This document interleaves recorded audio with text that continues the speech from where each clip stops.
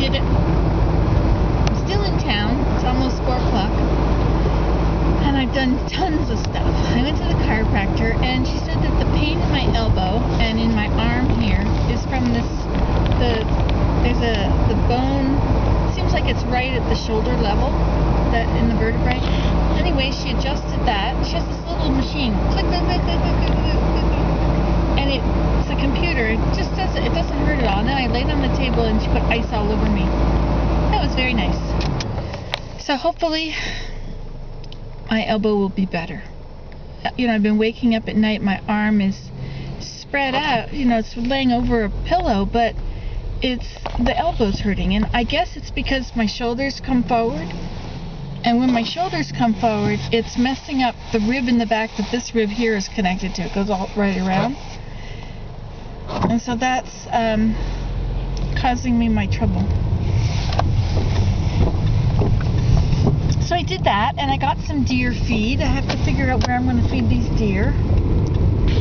And I got, what else? I went to the bank, and I found out PayPal, in order to start using PayPal, they make a tiny deposit in your bank account to see if that actually is the right account and if it works. So there was 2 deposits, one for 13 cents and one for 18 cents. And they're really investing their money in me. They think I'm going to be a good customer. Can you imagine how much that must cost them to do this for all the millions of people that use PayPal? Of course, they charge such a lot on each transaction, 3% or something. So they certainly get it back in no time. Anyway, so that works. So now I can set up my PayPal. And I ordered this birth certificate, or this marriage certificate. I had these photocopies of my passport and my driver's license, and I had to get a stamped envelope, but the Canadian stamped envelope is no good to send to Maryland because a Canadian stamp doesn't work in the United States. It only works within Canada. So I had to get an international form, some kind of an international stamp. $3.50 for this international stamp, so that they can put it on, or so they can go to the post office there, and it will pay for their stamp to send it wherever I want in the world. So it's just going to come back to me, right?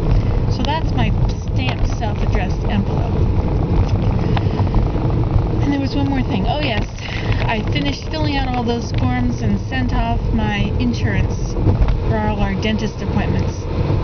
It's amazing how all this stuff adds up. I'm so grateful to have dental coverage. So grateful. A lot of my friends don't have it. And that's really, like, what do you do when your tooth hurts and you can't afford to go to the dentist? You know, people that haven't been to the dentist in years and their teeth are terrible, well, that really hurts. What do you do? It's just going to hurt forever, isn't it? And then it affects your whole body. Anyway, so I'm very grateful. Oh, look at those pretty snow on those pretty red tops. Okay, so that's just checking in. I realized when I went to the washroom that my collar was imperfect. All those videos I've made, imperfect collar, but I find that I made them on the internal memory. I think that's what happened when my camera fell. When we were coming into town and it fell, I think that it hit a button at the back, which somehow, I don't know how it did that, but it changed it to internal memory. Maybe because it swung a few times, so maybe it hit several things, and it made it go to internal memory. And so it just told me my internal memory is full. Well, I don't want it on my internal memory anyway. I've got a video on the internal memory in the camera of my daughter in Germany and her dog playing on the bed. She was trying to make the bed while this dog was jumping all over it. Okay, it's starting to snow again. I'm glad I'm going to be home before anything major happens out here. 10 to 4. It's almost dark.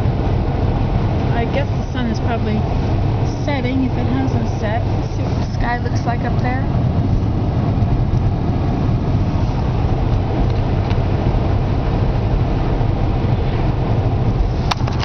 You can't see those little snowflakes, can you? Wouldn't it be neat to have a camera that would get every little snowflake that came? I mean, they're coming right at me here. Coming right at the camera. And I suppose you can't see them.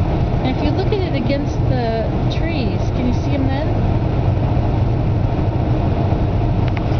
See, because I figure you've never seen snow before, right?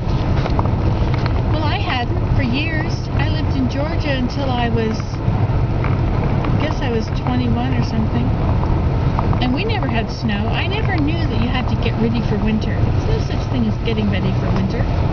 There was no such thing as being glad that spring had arrived. It was just a little warmer. Well, I guess we were a little bit glad when it was lighter in the morning.